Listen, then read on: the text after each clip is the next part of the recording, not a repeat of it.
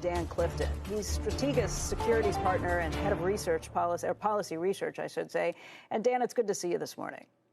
Great to see you. Thank you for having me, Becky. So you're calling this week Field of Dreams in Washington. What do you mean?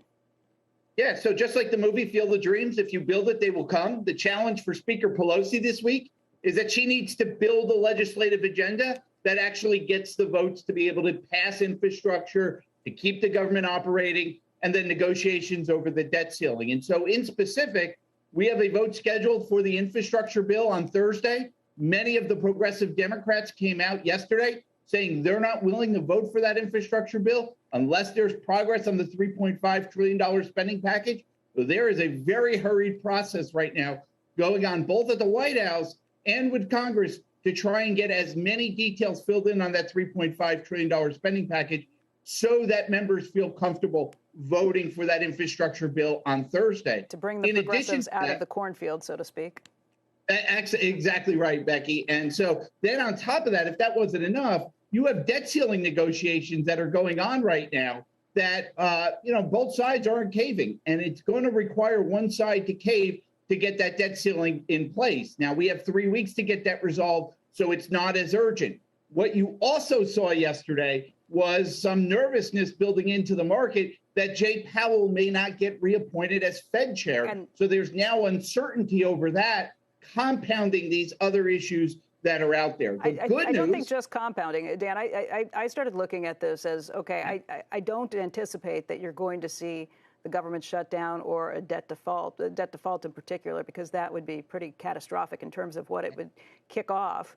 But if that's the case, the progressives do need to cave. And I think my question started to be, what are they given in response to try and bring them in line? And that's, Jay Powell, that made me start thinking down those lines. What could you give progressives to make them come in line if it's not going to be a $3.5 trillion bill that's not going to be ready this week?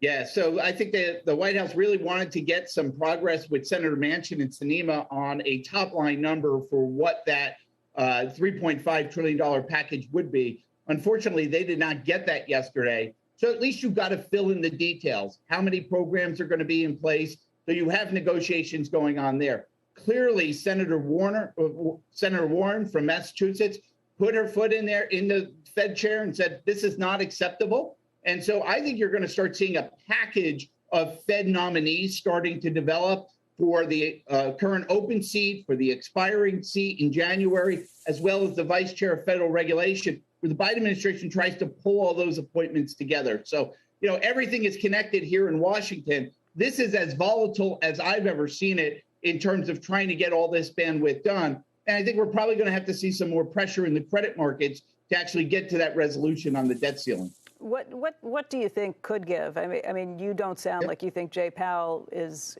a chit they'd be willing to give. You think that that's still something that the Biden administration moves forward with?